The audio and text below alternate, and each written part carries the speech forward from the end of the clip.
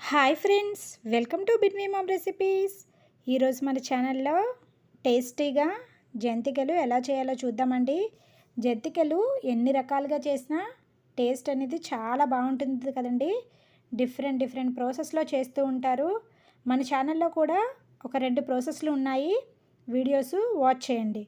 అలాగే ఇది 3rd process అండి. వీటి టేస్ట్ కూడా చాలా బాగుంటుంది.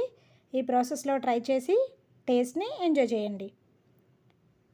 అయితే ముందుగా ఈ జంతికలు చేయడం కోసం ఒక 3 గ్లాసుల రేషన్ రైస్ని తీసుకొని బాగా వాష్ చేసుకొని ఆరబెట్టుకోవాలి. రైస్ని వాష్ చేయడం వలన రైస్లో పిండి అనేది లేకుండా ఉంటుందండి. రేషన్ రైస్ని డైరెక్ట్గా పిండి పట్టించొద్దు, చక్కగా వాష్ చేసుకొని ఆరబెట్టుకోండి.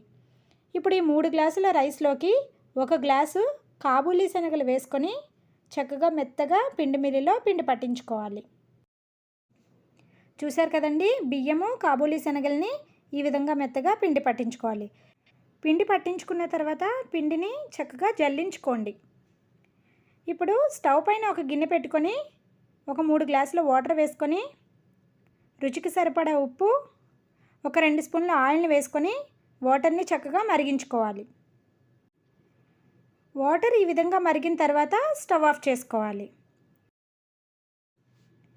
ఇప్పుడు మనం రెడీ చేసుకున్న పిండిలోకి ఒక 3 స్పూన్ల కారము, 1 స్పూన్ వాముని చక్కగా క్రష్ చేసుకొని యాడ్ చేసుకోవాలి. ఈ విధంగా క్రష్ చేసుకొని యాడ్ చేయడం వలన వాము ఫ్లేవర్ అనేది బాగా తెలుస్తుంది. అలాగే ఒక 2 స్పూన్ల నువ్వులు కూడా యాడ్ చేసుకొని బాగా మిక్స్ చేసుకొని మనం ముందుగా వేడి చేసుకున్న వాటర్ని కొద్దిగా యాడ్ చేసుకుంటూ పిండిని సాఫ్ట్గా కలుపుకోవాలి.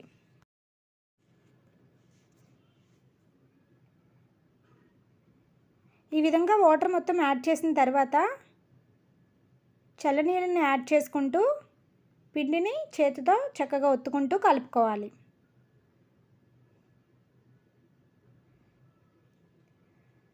చూసారు కదండి, మనం జంతికలు చేయడానికి పిండి ముద్దని ఈ విధంగా కలుపుకొని పక్కన పెట్టుకోవాలి.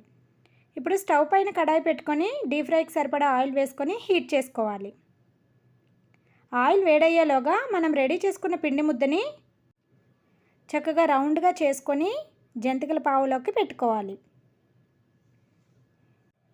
ఇప్పుడు దీనిని ఒక గరిటె పైన జంతికలాగా ఒత్తుకోవాలి.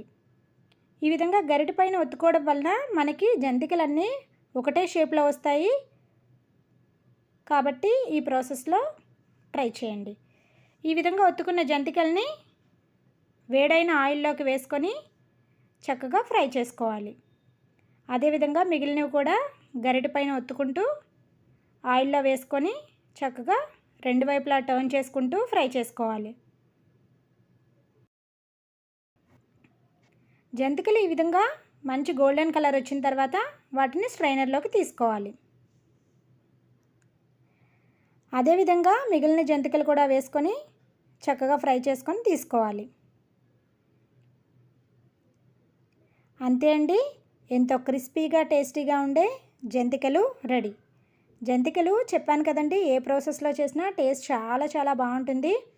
ఈ ప్రాసెస్లో కూడా ఒకసారి ట్రై చేసి టేస్ట్ ఎలా వచ్చిందో కమెంట్ బాక్స్లో కమెంట్ చేయండి. ఇలాంటి మరెన్నో ఇంట్రెస్టింగ్ రెసిపీస్ కోసం please subscribe our channel and hit the bell icon. Thank you for watching.